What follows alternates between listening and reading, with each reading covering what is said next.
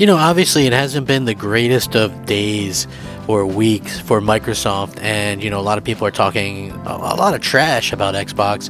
I think some of it is warranted. Obviously, there's going to be a lot of people that are going to talk about Microsoft dropping the ball, and this is typical Microsoft. And I just think that some of it is unfair, given the fact that across the board we're seeing a lot of these things kind of happen, and it's really an unfortunate situation that it gets used as sort of this fodder, in this day and age. So hopefully we can do better than that in the future as fans. But we did get some Phil Spencer stuff that I thought was very interesting, what he's talking about, and this is exactly what I think they needed to do, and they needed to kind of let people know what was going on. This is something that people never really seem to expect, and yet we still honestly continue to see these types of things happen over and over again. So I do want to get into it. What's up, everybody? Crab Gamer here with Crab Gamer Reviews, back with another video. Thank you so much for checking it out. I certainly appreciate it.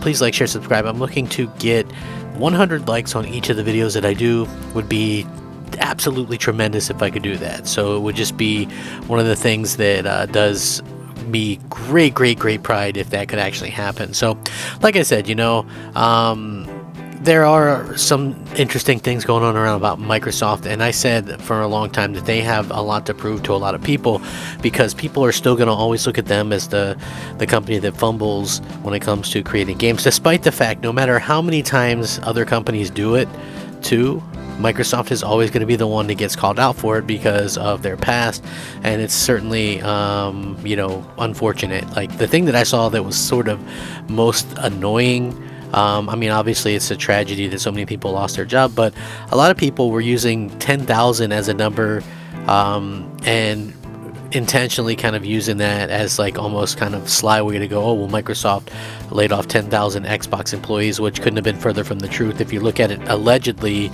the 343 was the hardest hit, and they had 130 people rumored to have gone, a handful of people at the Coalition, a handful of people at Bethesda marketing and things like that. So less than 200 people from the looks of it total across all Xbox studios. And people were really looking into that as like this huge thing, and I think it's bad that so many people lost their job or whatever, but I also think that a lot of people were just looking at this as a way to kind of jump on what was going on and kind of go out there and go, hey, Microsoft has continued to F up, and we should continue to kind of hate them, which I think is just stupid and silly. So Phil Spencer came out and said some things. He was talking about it and how painful it was to kind of do this. Also, a lot of things was people were acting like Phil was going around door to door knocking on people's doors telling them they're fired, like he did that 10,000 times. Get out of here. Phil Spencer did not do that. This is an unfortunate thing. I'm sure just even on the other side, Jim Ryan, when they have layoffs, I'm sure Jim Ryan's not going out there to hundreds of people knocking and saying, hey, you're fired or whatever. So Microsoft confirmed that they laid off almost 10,000 people of their 221,000 workforce. Eventually this was confirmed to have affected companies like Halo developer 343, Bethesda Game Studios, and marketing. On Friday, Phil Spencer sent out a company-wide email obtained and published. It told employees the cuts would set up for long-term success. He said, and I quote, "This has been a difficult week across Microsoft and here inside our teams. Now that many of the one-to-one and team conversations has happened, I want to take a moment to reiterate the message that you heard from your leaders. This is a challenging moment in our business, and this week's actions were painful choices. The gaming leadership team and I had to make decisions that we felt set us up for long-term success of our products and businesses. But the individual results of those decisions are real, and I know that hurts. Thank you for your support of colleagues as they process these changes."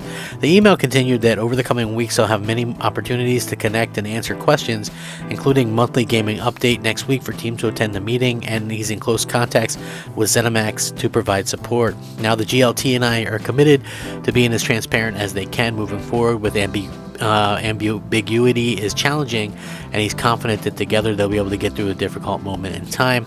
As Xbox has a long history of success thanks to the work you do in service of players, creators, and each other. Your work is deeply appreciated and valued in these times of change and integral to our business momentum.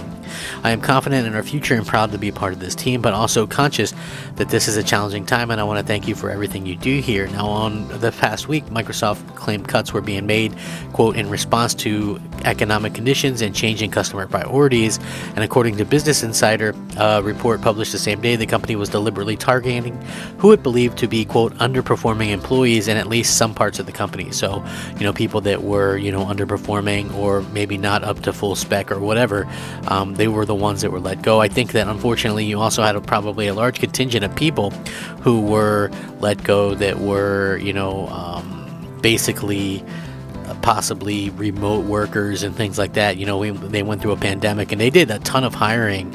And I've mentioned this numerous times already too, but they did a ton of hiring when the pandemic started, and things were going amazingly well, like across the board.